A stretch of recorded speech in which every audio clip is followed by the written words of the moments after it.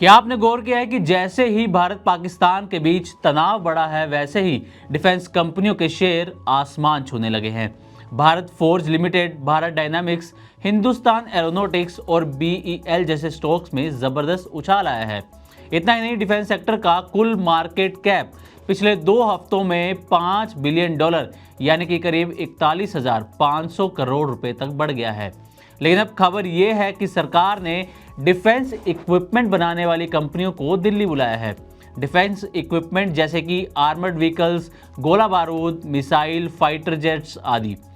इसकी जानकारी खुद डिफेंस कंपनी भारत फोर्ज के चेयरमैन और मैनेजिंग डायरेक्टर बाबा कल्याणी ने दी है। ऐसे में सवाल ये है कि आखिर चल क्या रहा है? क्या ये युद्ध की तैयारी है? तो चलिए इस पूरे मामले को फैक्ट्स के साथ डिटेल में समझते हैं और सबसे पहले आपको ये बताते हैं कि आखिर बाबा कल्याणी ने क्या कहा है। भारत फोर्ज लिमिटेड के चेयरमैन और मैनेजिंग डायरेक्टर बाबा कल्याणी ने CNBC TV 18 को बताया है कि सरकार ने उन्हें और उनकी टीम को अगले हफ्ते दिल्ली बुलाया है।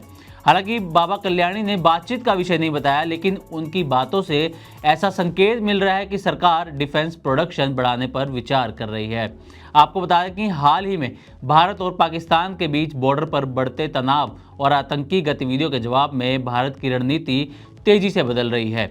इसी के चलते भारत सरकार ने कुछ चुनिंदा डिफेंस कंपनियों को दिल्ली में मीटिंग के बुलाया है और अब देखना ये होगा कि इस मीटिंग में क्या फैसले लिए जाते हैं और इसका भारत पाकिस्तान तनाव पर क्या असर होता है। आपको बताते हैं कि इस खबर के बाद ये जो डिफेंस कंपनियों के शेयर हैं वो दौड़ते हुए नजर आए हैं। तनाव के माहौल और सरकारी रुख के बाद डिफेंस सेक्टर में ज़बरदस्त तेज़ी देखने को मिली है और अब आपको एक एक करके प्रमुख डिफेंस कंपनियों के शेयरों के बारे में बताते हैं।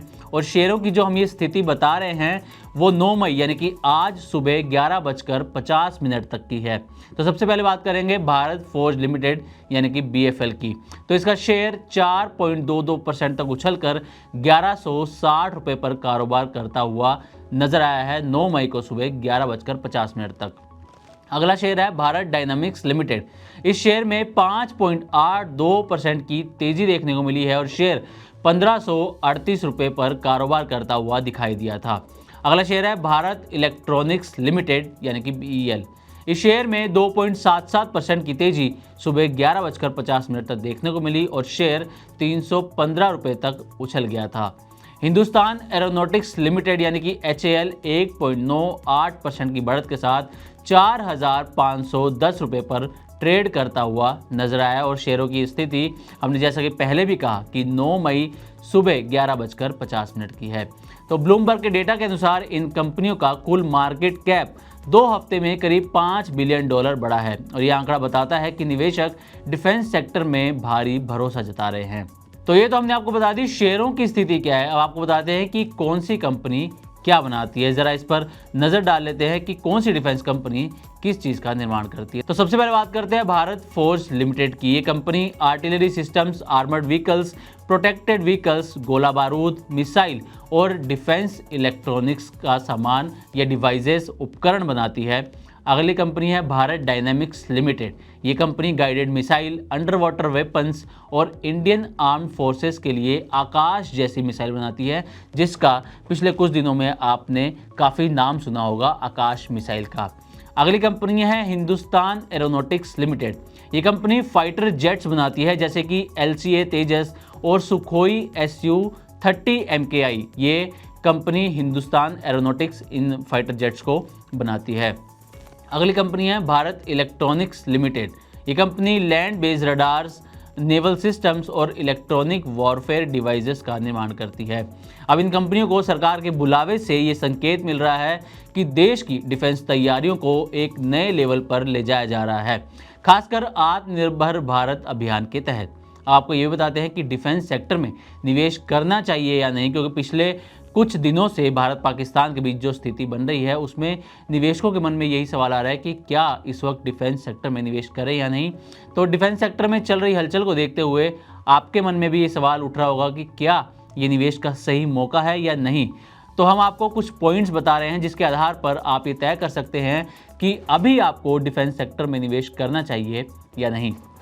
तो पहला पॉइंट है सरकारी सपोर्ट। दरअसल सरकार प्रोडक्शन बढ़ाने के संकेत दे चुकी है, इसलिए शेयरों में तेजी आ सकती है। तो आप इस लिहाज से शेयरों पर नज़र बनाए रख सकते हैं और फैसला ले सकते हैं कि आपको इन शेयरों में निवेश करना है या नहीं। दूसरा, बजट सपोर्ट। दरअसल सरकार ने यूनियन बजट में डिफेंस सेक्टर के लिए रिकॉर्ड बजट आवंटित किया था और ये जो बजट था वो पहले से कई गुना ज़्यादा दर्ज किया गया था। आत्मनिर्भर भारत यानी कि मेक इन इंडिया अभियान के तहत विदेशी निर्भरता घटाई जा रही है और घरेलू निर्माण पर जोर दिया जा रहा है, यानी कि जो घरेलू कंपनियां हैं वही डिफेंस सेक्टर्स के लिए काफ़ी सारे डिवाइसेस, काफ़ी सामान बना रही हैं और घरेलू निर्माण पर जोर दिया जा रहा है। तो इस लिहाज से भी आप डिफेंस सेक्टर पर नज़र रख सकते हैं। अगला है एक्सपोर्ट बूम। भारत अब डिफेंस प्रोडक्ट्स के एक्सपोर्ट में तेज़ी से आगे बढ़ रहा है। 2023 में डिफेंस एक्सपोर्ट 16,000 करोड़ रुपए के पार पहुंच गया था। इन सभी फैक्टर्स को देखते हुए सेक्टर लॉन्ग टर्म निवेश के लिहाज से आकर्षक बनते जा रहे हैं। हालांकि डिफेंस सेक्टर में ग्रोथ के मौके हैं, लेकिन ये पूरी तरह से जियोपॉलिटिक्स और सरकारी नीति पर निर्भर करता है। किसी भी गलतफहमी या नीति बदलाव से शेयरों में भारी उतार चढ़ाव भी हो सकता है। इसलिए निवेश से पहले कंपनी की बैलेंस शीट, प्रोजेक्ट पाइपलाइन और ऑर्डर बुक की जांच जरूर करें। तो कुल मिलाकर भारत पाक तनाव के बीच डिफेंस सेक्टर एक बार फिर से फोकस में आ गया है। सरकार की एक्टिवनेस और कंपनियों के प्रदर्शन को देखकर यह कहना गलत नहीं होगा कि आने वाले समय में डिफेंस सेक्टर देश की आर्थिक और सामरिक ताकत का बड़ा हिस्सा बनने वाला है। तो उम्मीद करते हैं कि हमारी तरफ से दी गई ये जानकारी आपको अच्छी लगी होगी। इसी तरह की और भी वीडियोस के लिए देखते रहें मनी 9 और सब्सक्राइब करें हमारा चैनल। साथ ही बिजनेस और पर्सनल फाइनेंस से जुड़ी तमाम खबरों को आप हमारी वेबसाइट money9live.com पर भी पढ़ सकते हैं।